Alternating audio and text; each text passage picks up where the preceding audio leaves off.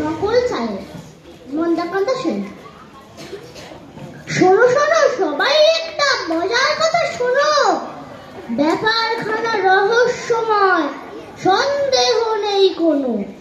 বাংলাদেশের ঘরে ঘরে সকল ছেলে মেয়ে হঠাৎ এমন খেপলো কেন সাহেব হতেছে?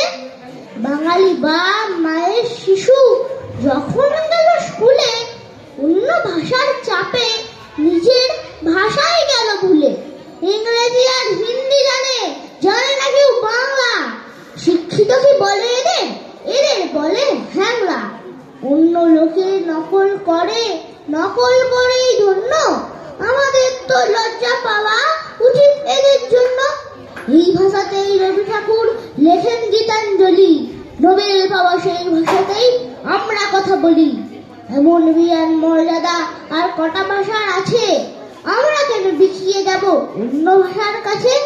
তাই তো বলি, আপত্তি নেই অন্য ভাষা শিখতে, আপত্তি নেই হিন্দি বলায়, ইংরাজিতে লিখতে।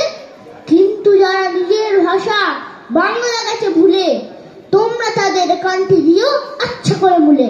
নমস্কার।